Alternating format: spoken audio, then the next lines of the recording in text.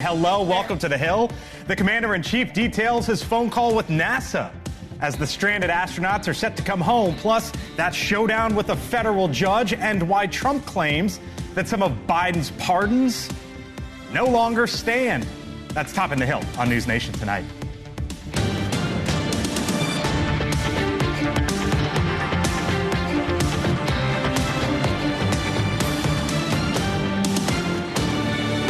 We are tomorrow announcing and giving all of the Kennedy files. So people have been waiting for decades for this. Approximately 80,000 pages, so it's a lot of stuff. And you'll make your own determination. Whoa, did you hear that there? Making the unveil at the Kennedy Center. A major announcement tonight. The rest of the history comes tomorrow afternoon as President Trump says the remaining Kennedy files will be released. But before then, Trump and Putin. A phone call tomorrow morning as the White House says a peace deal is on the 10-yard line. And that is not all on what is shaping up to be potentially a huge day. The two astronauts who have been stuck in space for 9 months set to return back to planet Earth tomorrow with the rest of us. Hello, good evening. Welcome to Washington. I'm Blake Berman. This is The Hill on NewsNation. But before all that, and first tonight here from The Hill, a big court case moments ago. The White House versus a federal judge. As the administration wants to deport more members of the Tren de Aragua gang. And as the president invokes an 18th century law to speed up deportations. The judge telling the administration he wants them back in his chamber tomorrow once again. Our Kelly Meyer, live from the White House as the administration is now in an immigration showdown. Kelly?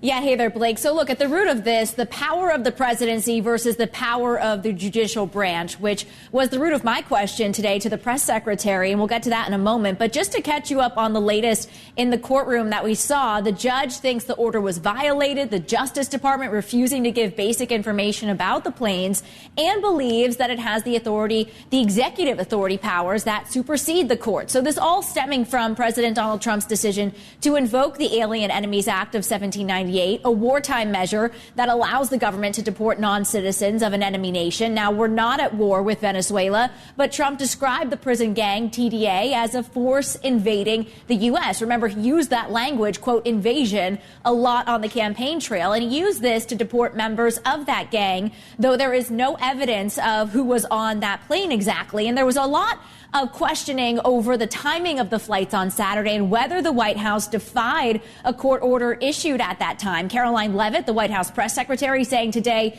they didn't defy that and that the flights of deportees were already in the air on their way to El Salvador. And Stephen Miller, the man said to be behind the idea of deporting TDA members, said the entire order is, quote, unlawful and the most outrageous thing he's seen from a district court judge. And at the end of the day, Blake, both agree the president is right here and he will prevail in this case. Here's what Caroline Leavitt told me earlier.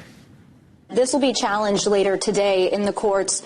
Does the president, does this allow him to defy the court order without having this, the checks and balances and the separation of power? No. In fact, this administration acted within the confines of the law, again, within the president's constitutional authority and under the authority granted to him under the Alien Enemies Act. We are quite confident in that, and we are wholly confident that we are going to win this case in court. One ACLU lawyer, who is one of those bringing this case, says that this is getting very close to a constitutional crisis, Blake. Our Kelly Meyer, live for us tonight at the White House. Kelly, thank you. Tonight, 7 more miles of border wall are also now in the works. It's the first expansion of the border wall since President Trump took office for his second term. Now, the construction will cost more than $70 million, and the DHS Secretary Kristi Noem made the announcement over the weekend. She spent some time as well with our Allie Bradley, who joins us live once again along the southern border. Allie? Yeah, hey, Blake, we were able to have a pretty extensive and exclusive conversation with DHS Secretary Kristi Noem. And one of the questions and concerns a lot of Americans have had and wanted answers to is what happened with the unaccompanied minors. We know under the Biden administration, at least 540,000 unaccompanied minors came in over those 4 years, more than the previous 6 years combined. Now, there were about 320,000 that were essentially unaccounted for, as in when they went to do a check on them, they couldn't locate them. Now, DHS sources tell us when it comes to the amount of people coming in, unaccompanied minors at its peak in December of 2023, they're about 4.6% were unaccompanied minors. Now, for the month of March, the first few weeks, averaging just 0.4%. So a very dramatic drop there. Now, Border Czar Tom Homan did vow to go and locate those children, did say that was a priority. But when we talked to the secretary, she said that the gangs and the criminal cartels are actually exploiting the unaccompanied minors program. Take a listen.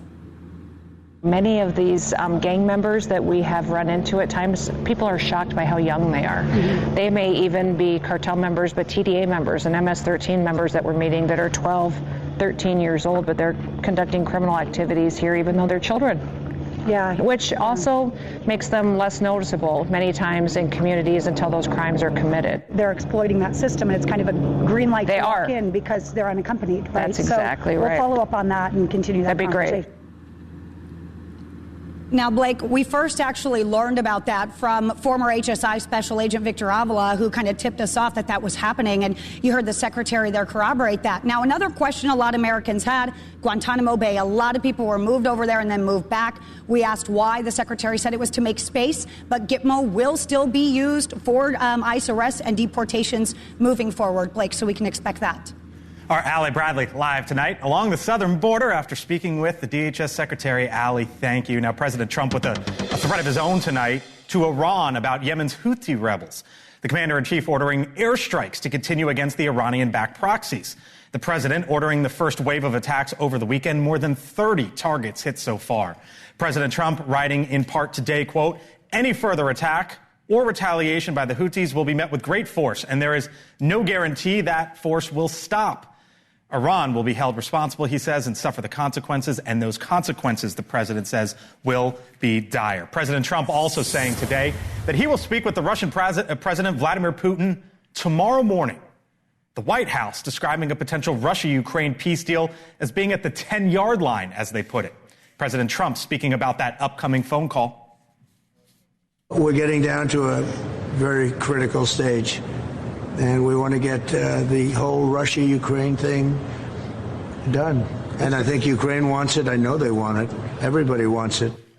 President Trump says the two will also discuss dividing certain assets, which includes Ukraine's land and power plants. Well, Teddy Roosevelt gave us the famous phrase, speak softly but carry a big stick. But now there is a conversation in Washington about who might have carried the Autopen. President Trump today putting thoughts to digital paper, posting on social media that some of President Biden's pardons are now void, quote, because of the fact that they were done by Autopen, end quote. All right, so if you are wondering, what's this Autopen? It's a device used to put the president's signature on documents instead of the real thing. Now, here's why this has suddenly become a story that reached the current Oval Office, one that Republican lawmakers in this town are now jumping on as well. President Trump's post didn't randomly appear. The Heritage Foundation, a prominent conservative group here in Washington, has been floating the idea that a significant portion of Biden's signatures weren't his original, rather generated by the Autopen, and raising the question of who had control over what. Thus the post from President Trump today. Now, to be clear, there is not any hard evidence that anyone did anything wrong. Add to that, presidents using the Autopen is nothing new. Just in this century alone, George W. Bush's Department of Justice provided guidance that it's legal, even though Bush reportedly didn't like the concept of the Autopen. The Obama White House cited the Bush White House. Quote, the Obama administration concurred with that legal analysis. And even Trump today described how he has used the Autopen in the past. Yeah, only for very unimportant papers. And I don't call them unimportant. If you do letters where people write in and, you know, they'd love to have a response, or we'll write responses, and I'll sign them whenever I can. But when I can't, I, would use an Autopen. but to use them for what they've used them for is terrible.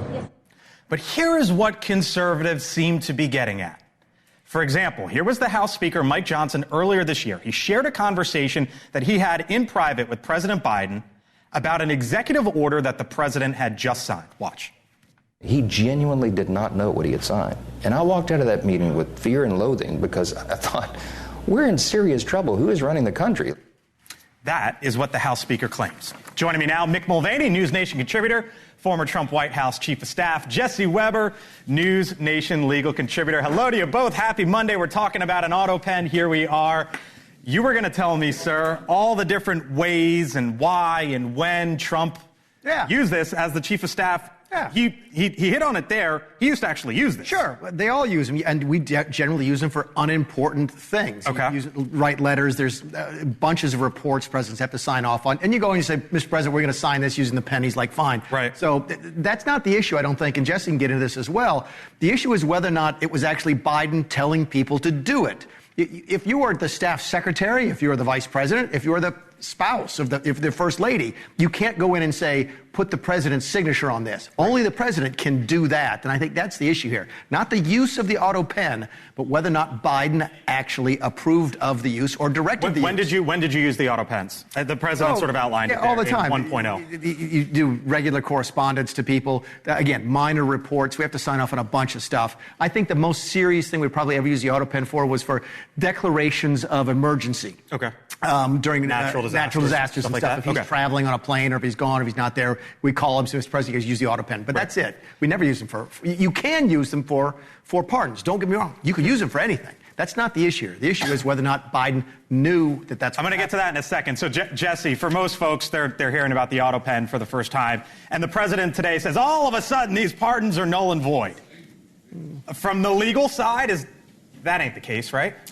No, it's interesting. I will tell you, there's one other thing to add. So the Department of Justice, I believe in 2005, issued a guidance that a president doesn't actually have to affix their signature to a bill for it to become law, and even specifically said you can use an auto pen to do this. Now, hindsight's 2020.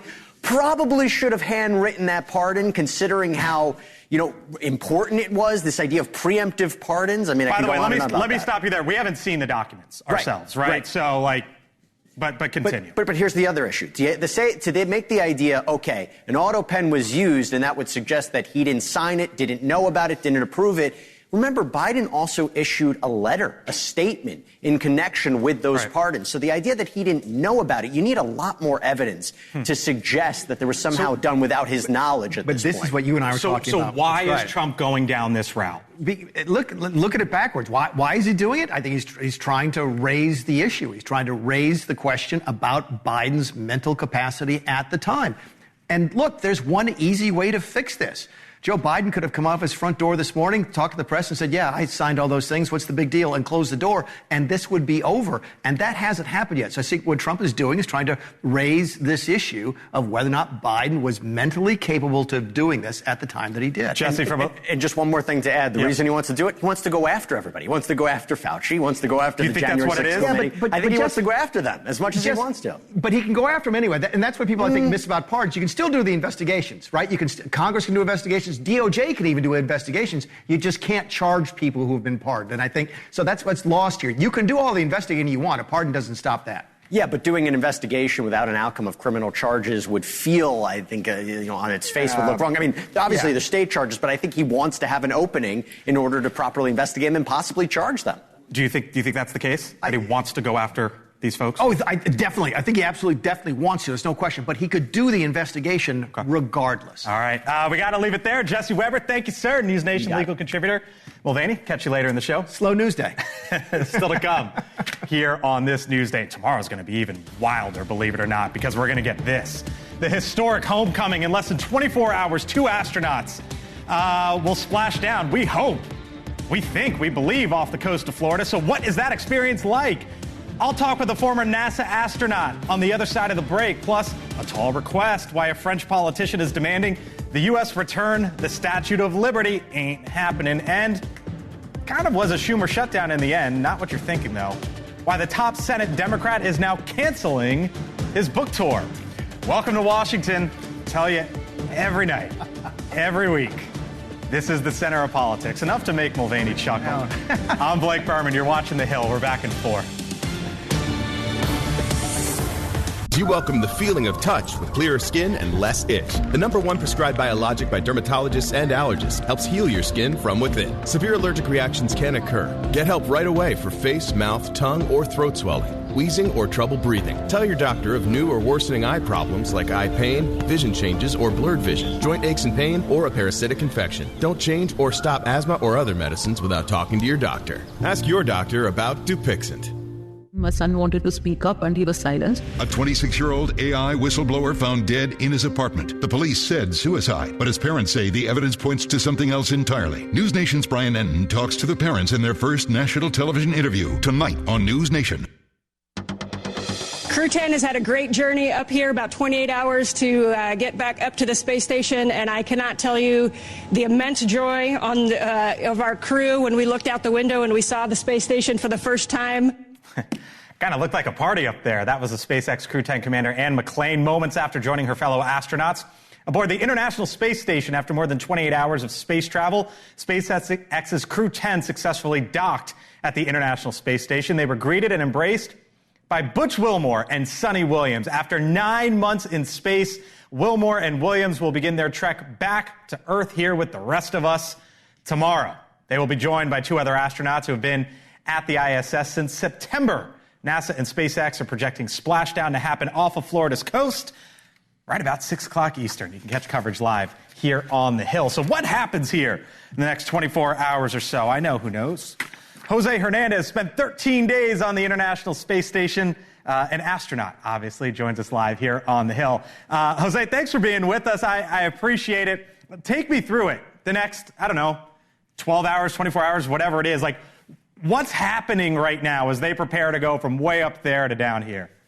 Well, now they've undocked from the station. They're on their own, and they're making the final preparations with respect to you're going around the world at 17,500 miles an hour, so you got to turn on your thrusters to slow you down, let the atmosphere capture you, and get that bumpy ride home.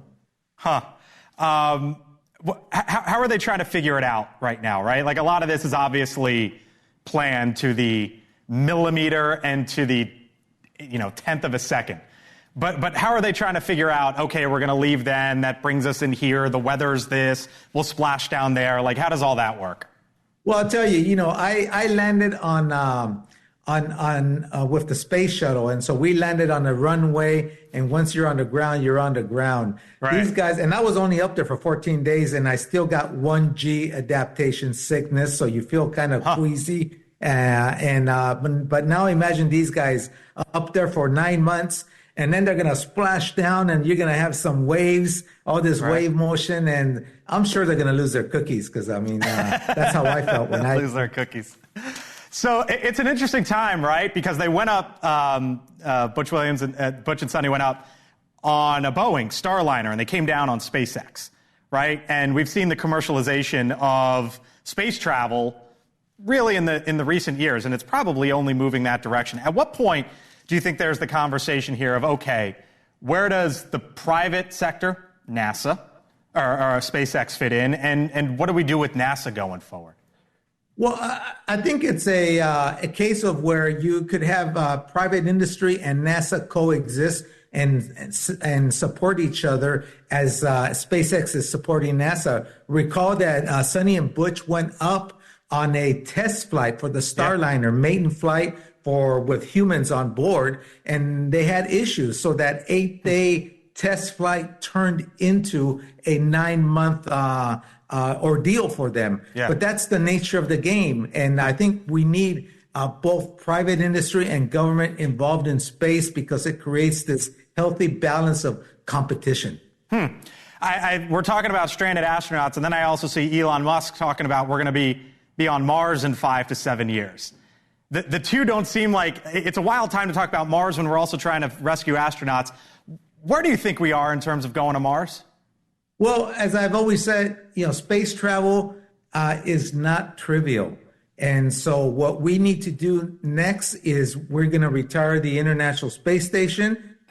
invest that operational money in developing a lunar base where technologies that are needed to go to Mars need to be developed and tested and proved. Because right now there's too many technical hurdles. We're a good 15 years away from going to Mars, not 5 years as Elon Musk alludes to. Interesting. Got to leave it there. It's going to be a wild and fascinating day tomorrow. Jose Hernandez, appreciate the time. Love the perspective. Sit back and enjoy. Appreciate it. Thank you very much. All right, so we'll have live coverage tomorrow as Butch Wilmore and Sonny Williams return back to Earth after 9 months in space. They're expected to land at 5:57 Eastern. Don't want to miss that. Still much more ahead here on the Hill. Deportation debate. The U.S. sends hundreds of immigrants back to El Salvador, but did the White House violate a court order? Plus, did you hear what Harvard is doing with its tuition? What they're doing now as the Ivies come under scrutiny? And does France really want the Statue of Liberty back? Stay with us. You're watching The Hill.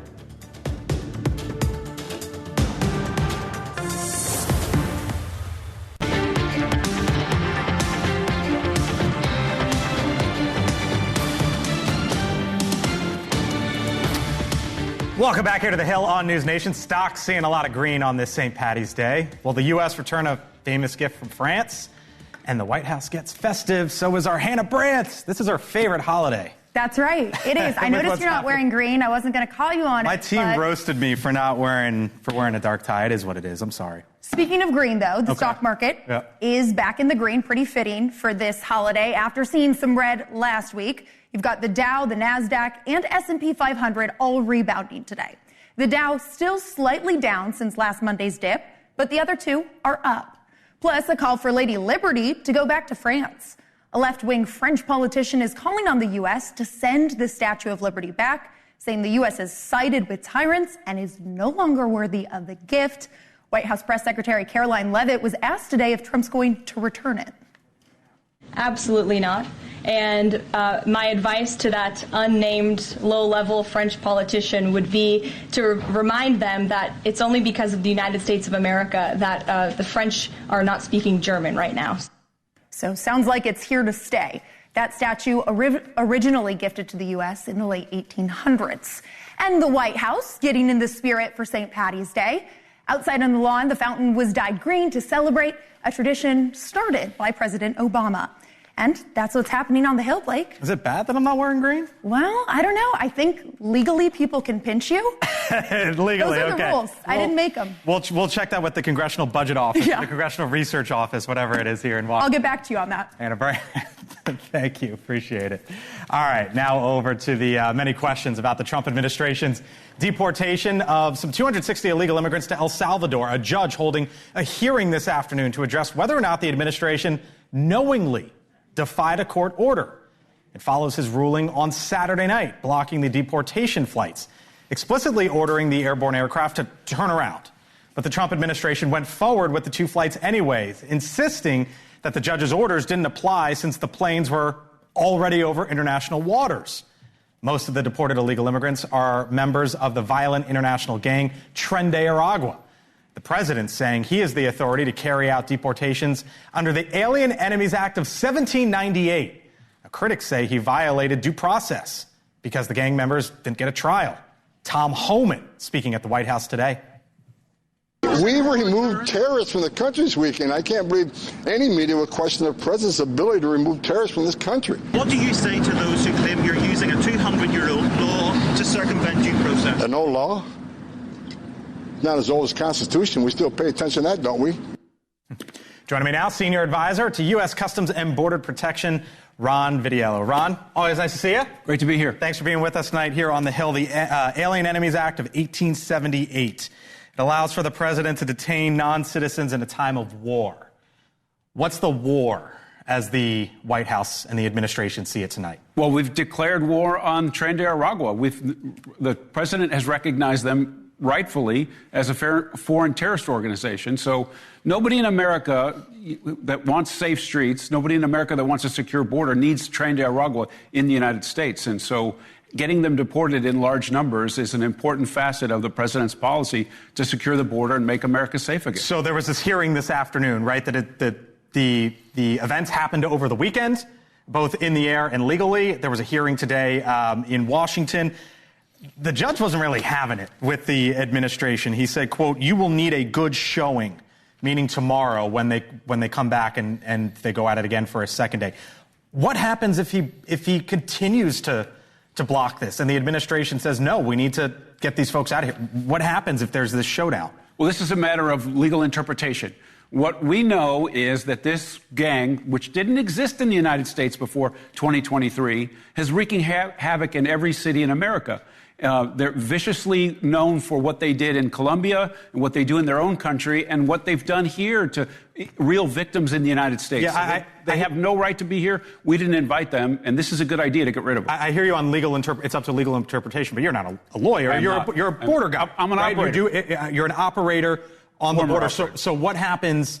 What happens? I guess it gets to the question: what happens if they say no, you can't go forward? Well, I think that continues the legal fight. What I know about being an immigration officer, being an operator in the field, if you're in the country uninvited, without inspection, you cross the border illegally, and many of these folks are criminals as well, there's no reason for you to be in the United States, and that's what immigration law is all about. We're securing the border in wonderful terms, every measure that you want to list. Entries are down, more boots on the ground, help from every department of the government, state, defense, HHS, et cetera. I mean, things are looking really good on the border. We've seen the interior efforts with our brothers in ICE, and now it's time to remove the people who are in custody, including Tren de Aragua. So the ACLU is the one that is taking up this fight legally. Here's what they described going into this hearing. I'll get your reaction on the other side. I think we're on very dangerous ground here. This is as lawless an action as the administration has taken.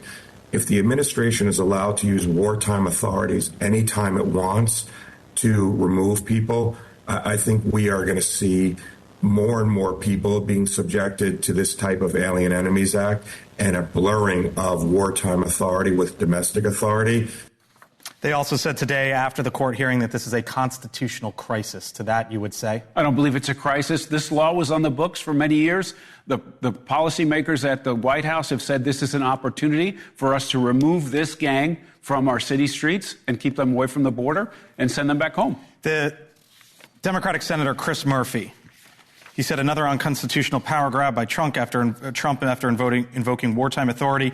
We get closer to the collapse of our democracy. And then he listed a thread, and a White House official had on top of that Chris Murphy D. Tren de Aragua, meaning basically he represents Tren de Aragua. Is it the view that if you oppose what the White House is trying to do, you are for Tren de Aragua? Well, they're advocating for them to stay here. The judge is wondering about whether they should be removed or not. What do we know about this gang? They didn't exist in this country until 2023, and they're wreaking havoc all over the place.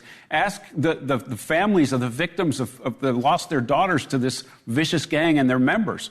We don't need them here. They're not invited here. And many of them are criminals just by the fact that they came here as Tren de Aragua. And we know that they're affiliated in some ways with the communist government there. Let me move you to Gitmo before we head out here for the moment. The Allie Bradley down at the border, who was speaking with the DHS Secretary Kristi Noem. Flights and illegal immigrants were going into Gitmo. That stopped. And Allie reported today that it is still a possibility. What is the status at Gitmo? Will we see more flights and more immigrants head to Gitmo, Guantanamo Bay, the naval station down there in Cuba? Well, first of all, it's an honor for the Border Patrol to host her down at the border. You have a secretary now that understands what this operation requires and is happy to go and see the men and women that do it. So I'm glad for that. With regard to Gitmo, it's an all-of-the-above strategy. ICE needs detention space. That is the most famous detention center, jail in the world, probably. And so we used it for the worst of the worst. ICE did for Tren de Aragua with help from the military. This is their asset. Right. And we'll continue to use it for those kinds of people. And there's also a station there for the maritime interdictions. When people get caught at sea, we use Guantanamo Bay to stage them to repatriate. Did it stop or pause? Why was that the case? We filled it, and then those people were removed, and now it's empty, waiting for the next batch. It's all of the above. ICE needs detention. Okay. They need resources for detention, and Guantanamo is on the table as an all-of-the-above strategy. Ron Vitiello, got to leave it there, Senior Advisor to CBP. Thank you, sir. Thank you. Thanks for being with us on the Hill tonight. All right, still to come tonight, a major announcement from President Trump. We are tomorrow announcing and giving all of the Kennedy files. 80,000 JFK documents set to be released. So what can we expect? Full panel on the other side. And at Harvard, what did they just do with their tuition, and why did they just do it? When we return. Welcome back here to The Hill on NewsNation. Just a couple hours ago, while visiting the Kennedy Center, named after President John F. Kennedy, President Trump made this announcement regarding the classified government records relating to the assassination. We have a tremendous amount of paper. You've got a lot of reading. I don't believe we're going to redact anything. I said, just don't redact. You can't redact. But we're going to be releasing the JFK files, and that would be tomorrow. In 1992, Congress mandated the National Archives to collect and disclose all assassination-related materials, with most files set to be scheduled to be released in 2017. However, they have remained classified due to what were called national security concerns. Shortly after taking office, President Trump signed an executive order for the Attorney General and the Director of National Intelligence to create plans for their, quote, full and complete release. And that, we believe, brings us to tomorrow. Full panel here with me now. Mick Mulvaney, former Chief of Staff in the first Trump administration, NewsNation contributor. Look who else is here. Michael Schnell, congressional reporter for The Hill. Julia Manchester, national political reporter for The Hill. Brad Howard is a Democratic strategist. Hello to you all. Nice to have you all in. Mick, you were there in the first term when this was talked about. Trump now says it's all coming tomorrow. He does, Berman. While we're in the room talking about this before we came on the show, we decided we're going to steal the show away from you now and try and draw attention to the fact that you're not wearing any green at all on St. Patrick's Day. What is going on here? I don't do pink on Valentine's Day. I don't do orange on Halloween. You forgot, didn't you? You forgot. No, I don't do the thing. But y'all look lovely. Not going to hate. Happy St. Patrick's Day. On the Kennedy thing, look, we did this in 2017. We were in office in 2017. Now, I wasn't Chief of Staff, so I'm not sure what happened, but he had a meeting about putting this stuff out and then didn't. And I think later on we did that again. And they've done it at least once already in this term, said it's going to come out tomorrow, and it hasn't. So, look, I'm fascinated by it. Everybody is. It'd be a wonderful piece of data to have, but I'll believe it when I see it. As the chief, did you ever see anything? No. No? So you're waiting like the rest of us? I'm waiting like the rest of us.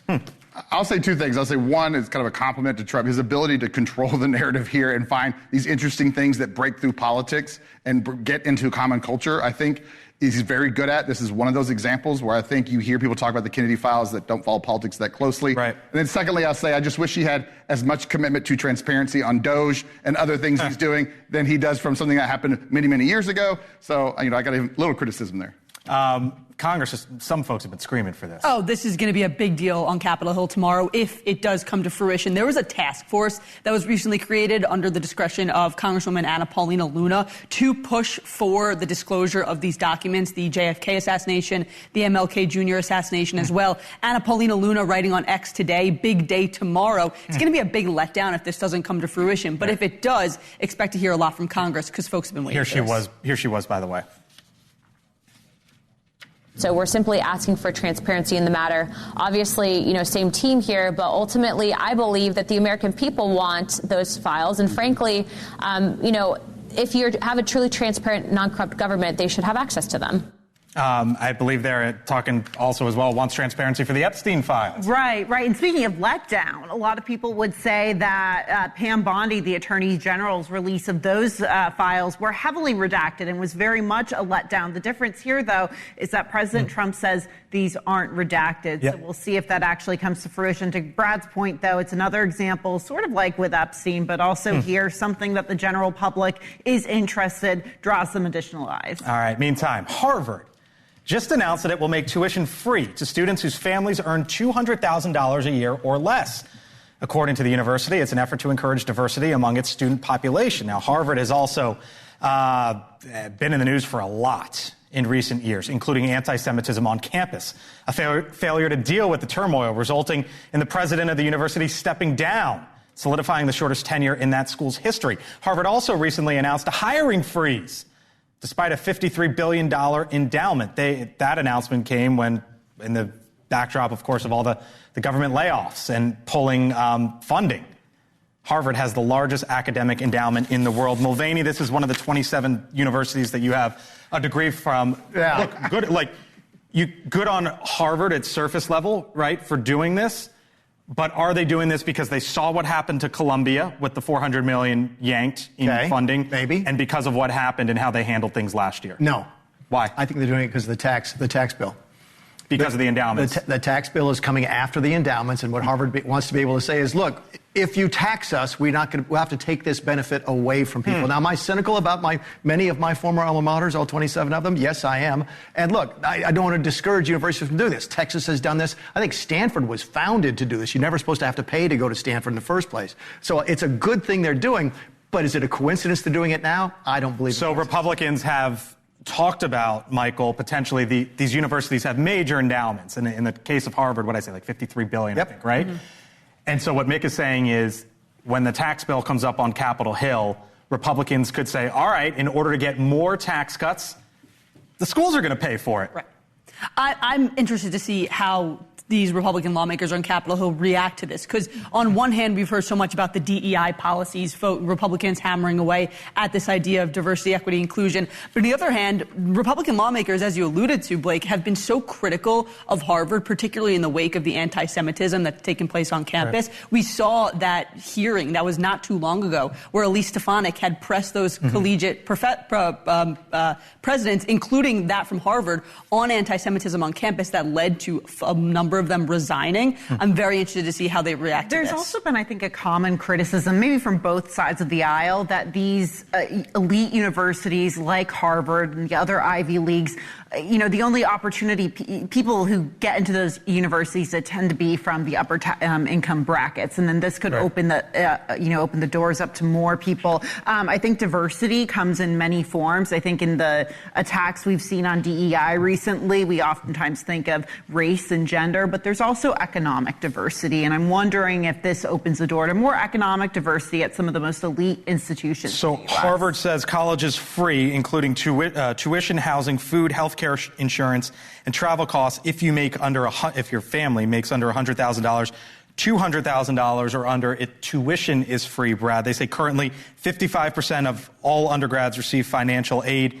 Of those who do, their families pay $15,700. Yeah, I mean, look, this is certainly a factor in whether or not someone who gets into Harvard can go, is the cost of it. But the biggest problem is getting into Harvard, because the ultimate DEI are these generational students that are allowed to come in and not really have to compete, and they get an edge up, and they're shutting out a more diverse body that could come in and diversify the school. So there's admissions is still, since the Supreme Court got rid of affirmative action, there's still a lot of factors they got to consider. This is a small step, but they need a complete overhaul. Do you think Mick's onto something here?